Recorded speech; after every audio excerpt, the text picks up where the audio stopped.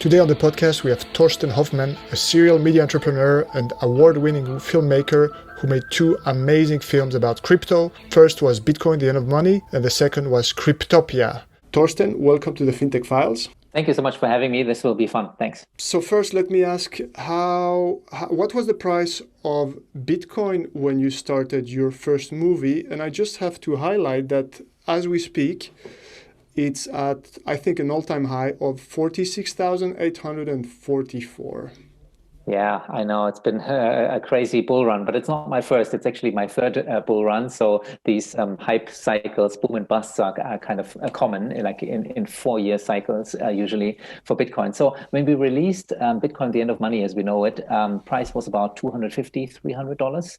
And when we released Cryptopia, it was about $8,000. So it's been, a big performance since then. Wow. And what made you pick the subject? What brought you into cryptocurrencies? So it actually started with an MBA I did. And in one class, I looked at currencies and how money is created. I was just kind of interested in it and found out that the central banks are just kind of printing money out of thin air, which now everybody knows. Even the taxi drivers will talk to you about that. But back then, that was kind of a revelation, 2010 for me. And when I found out about Bitcoin 2013, it kind of clicked for me immediately. And I made a film because I was running a media company at that time. Right. And can you tell us a bit about how the film has been received, both in terms of awards and also maybe some feedback from the public or people who've reached out to you? Yeah, so Cryptopia was released about a year ago, plus minus, and this was a proper big production. So we have the film festivals obviously involved, including one that it was an Academy Award-winning qualifying event.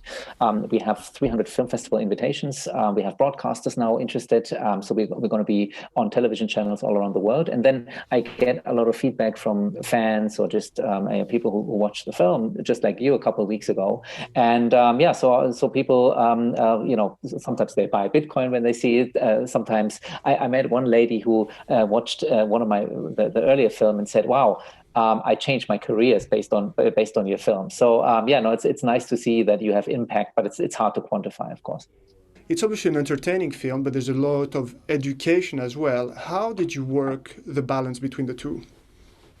Yeah, so the way I see my role is as a filmmaker is really I'm on the top of the funnel, right? So people hear first about Bitcoin maybe in the newspaper, right? Bitcoin must be a scam, can't possibly work. And then they hear about 2 or 3 times, and then maybe they watch my film, right? Because they see it on Amazon or they hear about it on Twitter. And then when they get more interested, they might listen to your podcast, right? And then another podcast, and then maybe they read a book or do a master course somewhere. So I'm pretty much at the top end of this rabbit hole story, right? And so if I bombard people with just information, it's not going to be fun to watch. And if I want to sell this to the biggest TV channels in the world, I can't just be facts and just talking heads interviews. So it must be entertaining. And how we did it is, we kind of have a few jokes here and there. We have like big segments or little chapters of the film that are pretty extraordinary, I would say. So, for example, that visit to that famous bunker in Switzerland, that was like a real, like almost action sequence, right? It's fun to watch and people learn something at the same time. Yeah, and I feel now that we're more and more learning online that the line between formal education and media is getting blurred, and therefore I think we can rely more on moving images to teach us the fundamental, also because people, that they spend more time watching videos, right? Yeah, I love what you just said, and maybe and because we're in the industry, right? So of course we say this thing, but just imagine some other topics. Let's say food and nutrition, right? I'm not an expert, but I watched, I don't know, 5 documentaries about it, and started listening to my podcast, and slowly developed a different behavior, right, for food and nutrition, and or maybe sports, right? And that's just how it goes. And video is just so all pervasive now. And as video creators, I think we benefit from all these new platforms that are out there. So obviously this podcast is dedicated to fintech, B2B fintech in particular, but I think it's quite a refreshing take to look a little bit about how a film is being made. So can you tell us a little bit the big picture, where you had to travel, what kind of people you talk to, and also as you talk to, people who are really high up references in terms of this crypto world, how was it about starting the conversation with them? Yeah. Well, it was relatively easy in 2014 when I made the first film, right? Because these were all early Bitcoin adopters and evangelists. They want to sell us a story. They want to, just spread the message.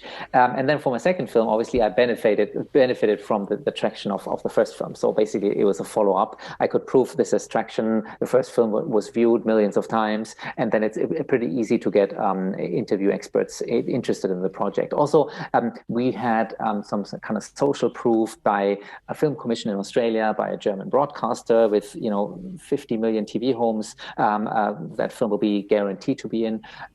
We have Kickstarter fans, and a social media following. All that kind of matters, and I'm sure it's the same for podcasters, right? If you were a nobody just starting out, it's hard to get the big names excited. But I saw on your recent list of guests, like you have Henry, for example, from Hong Kong, right? I mean, he's a big VIP, and he probably talks to you after doing a bit of research because your show has some sort of traction, or your YouTube channel also, right? Yes, hopefully. I mean, that's what's wonderful when you became a creator, how you manage to, because you offer people an audience, you offer people a spotlight, there's this opportunity to talk like I talk with you today, which would be impossible for many other reasons. And then many more people benefit from it. But filming is, of course, a very different ballgame than a podcast.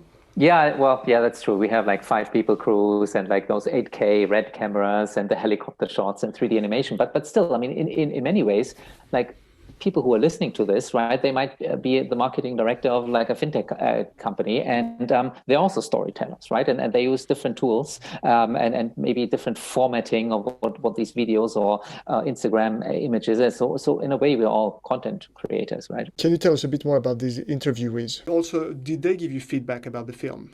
This is actually a super good question, because I'm not in the business of making my interview partners happy, right? Because some of them maybe not looking so smart or so right. There is a villain in the film. There's a villain, there's the good guys and bad guys, but I mean, that's part of my job, right? To find the right moment to film where they kind of maybe show weakness or passion or something, right? But overall, I think I'm again top end of the funnel. So a film like this will reach millions and millions of people, and it's not for everyone, but many of these people will then start to investigate further about their project, about this coin, about Bitcoin, about Ethereum. So in a way, I think I'm helping the entire industry by this, and this has been the feedback very much. Yeah. Mm-hmm. And just mention, if you don't mind, telling us a few of the people who are involved in the film.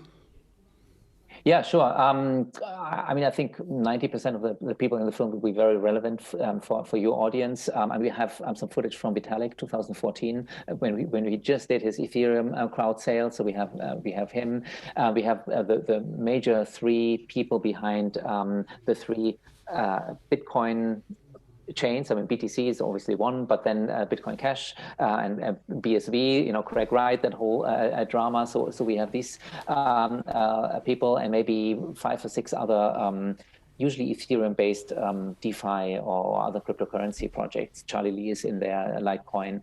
And then I'm pretty proud of the fact that I try to let me rephrase this. So I try to connect this movement, this technology, to other tech innovations and inventions of the past, including the internet. So we went to the Computer History Museum in San Francisco, or sorry, in Silicon Valley actually, and talked to the leading computer historian, right, who gives us his perspective on crypto, which is kind of interesting.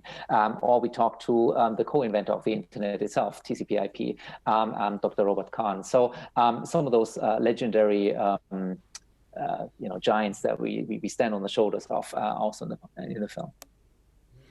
And may I ask as well, because eventually it's interesting for, although it's far away, but it's interesting for the corporate video process where you interview people and then you make something out of it.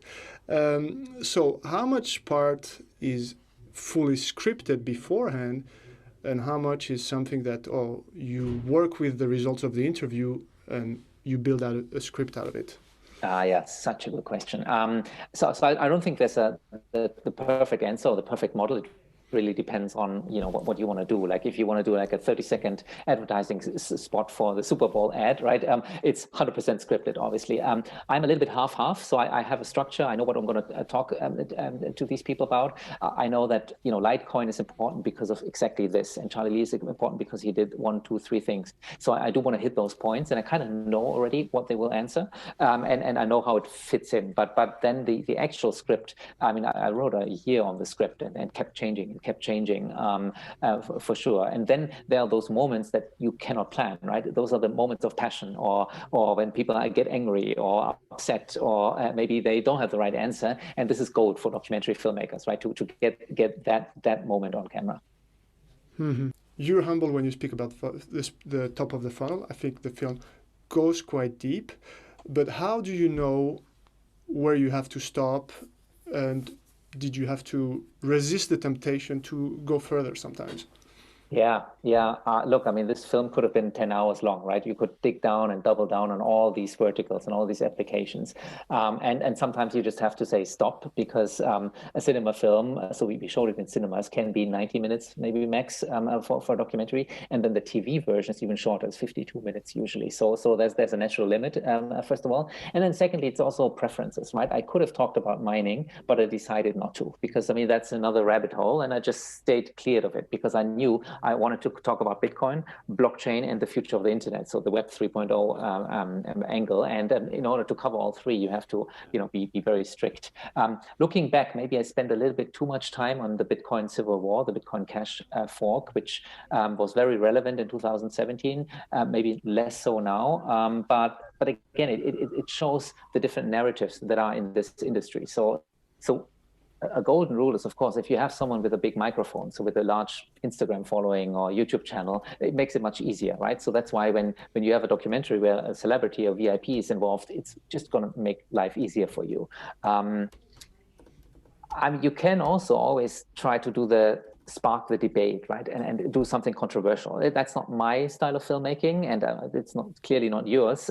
You want to stay factual, but I mean, a lot of people are very successful to just do the most outrageous bits, right? You could do very funny, you could do very controversial. So I think everybody needs to find their own kind of voice, because there's so many voices out there. To finish off, let me ask you, where can we see those films, or find out more for anyone who's interested? Yeah, so cryptopiafilm.com, that's where you get my award-winning documentaries, both of them. The first one is for free on YouTube, which you can find under free content or something. And my the current one, Cryptopia Film, is basically available on Amazon, on Vimeo, and on my website directly. I also have donation addresses if people want to give me some Ether or Bitcoin for it. I'm also happy to send discount codes if somebody has an idea for a company event or something, or be sort of some other event project. So I'm happy to talk to anyone and anyone, because as a filmmaker, it's kind of hard to monetize your content. And may I ask as well if there's so now that you've done the first 2 episodes, is there a sequel, or can you tell us a bit about future projects? Yeah, look, I mean, I've just started monetizing this film, and it's you saw the production value, right? We shot on 4 continents, and the crews behind it. Sometimes the crew is part of the film. You can imagine the cost behind it. So at the moment, I'm not in a position to really think about the next one, but the big question is, do I do another one on blockchain, on DeFi maybe, or finance, or do I do another technology that's also kind of changing society and that I'm passionate about? And I'm not quite sure, but maybe someone in your audience has the golden idea and some funding attached to it. Okay, we'll make sure they get some links to be in touch directly with you. So for now, I just want to say thank you so much, Torsten. It's been really great chatting to you. It's a wonderful film. And I mentioned that because there's one of the things I like to do is curate content about fintech. And there's so many things to learn and so much content out there that, well, you need a bit of curation. So this is highly recommended. And I wish you all the best for your future films or adventures. Well, thanks so much for having me, and look forward to seeing the show out in the wild. And let's help each other with promotion, since we were talking about content promotion just now. Thanks for listening, and thank you to our guests who make this possible. Subscribe to never miss an episode. As this is a new broadcast, if you could give us a 5-star review on iTunes and your favorite podcast player, that would be great. Let's work together to accelerate fintech towards the 2030s.